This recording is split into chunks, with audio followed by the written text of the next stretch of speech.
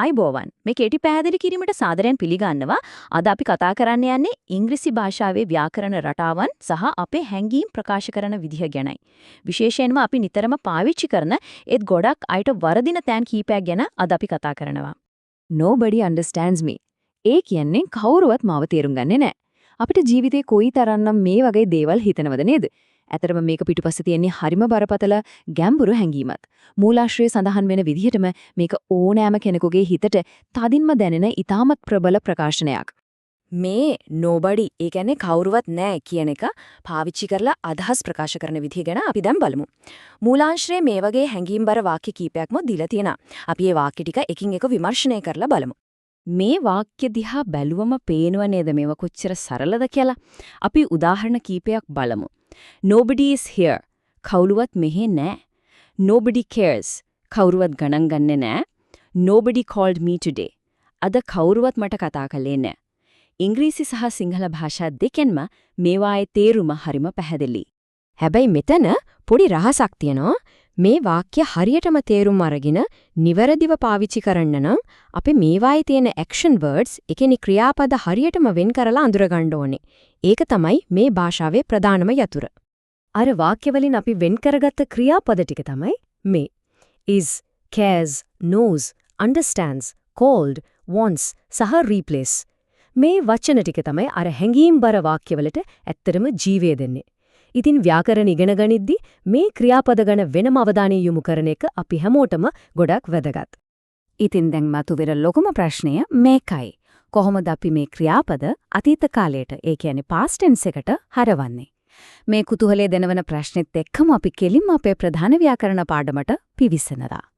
ඉංග්‍රීසි භාෂාවේදී ක්‍රියාපද අතීත කාලයට යද්දී ප්‍රධාන පාරවල් දෙකකට බෙදෙනවා. මේක හරියට භාෂාව ඇතුලේ ඉන්න නීති පිළිපදින පිරිසකුයි නීති කඩන කැරලිකාර පිරිසකුයි වගේ. ඒ කියන්නේ regular verbs සහ irregular verbs. regular verbs එහෙමත් නැත්නම් නීතිගරුක වචන දිහා බැලුවත් call කියන එක called වෙනවා, care කියන එක cared වෙනවා, want කියන එක wanted වෙනවා. හරිම ලේසි. අගට ed හරි d අකුරක් හරි විතරයි එකතු වෙන්නේ. හැබැයි irregular verbs සම්පූර්ණයෙන්ම වෙනස්. no කියන එක new වෙනවා, understand කියන එක understood වෙනවා, is කියන එක was වෙනවා. මේ වචන කිසිම නීතියක් අනුගමනය කරන්නේ නැහැ. මේ ක්‍රියාපද කාලය හරහා යන ගමන තේරුම් ගන්න අපි V1, V2 සහ V3 කියන අවස්ථා තුන පාවිච්චි කරනවා. ඒ කියන්නේ base form එක, past form එක සහ past participle form එක. මේක හරියට ක්‍රියාවක අපූර්ව කාල රේඛාවක් වගේ අපිට හිතන්න පුළුවන්. regular verbs වල තියෙන රිද්මය ඇත්තදම හරිම ලස්සනයි. බලන්නකෝ මේ වචන දිහා. call, called, called. care, cared, cared.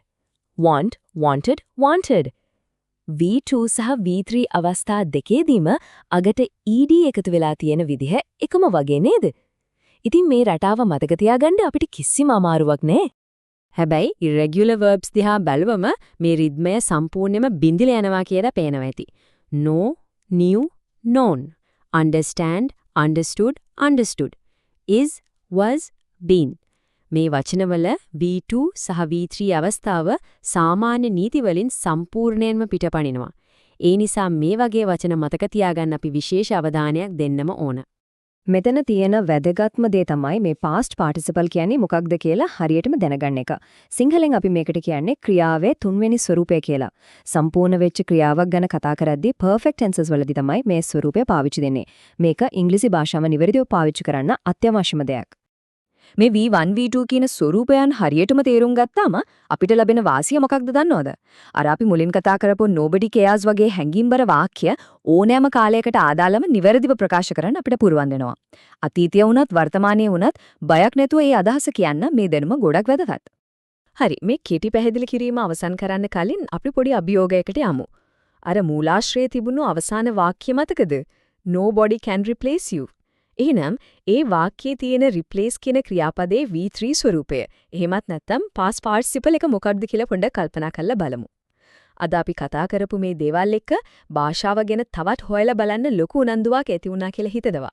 ඒ ගැන කල්පනා කරන්න ඉඩ දෙමින් අදට අපි සමුගන්නවා.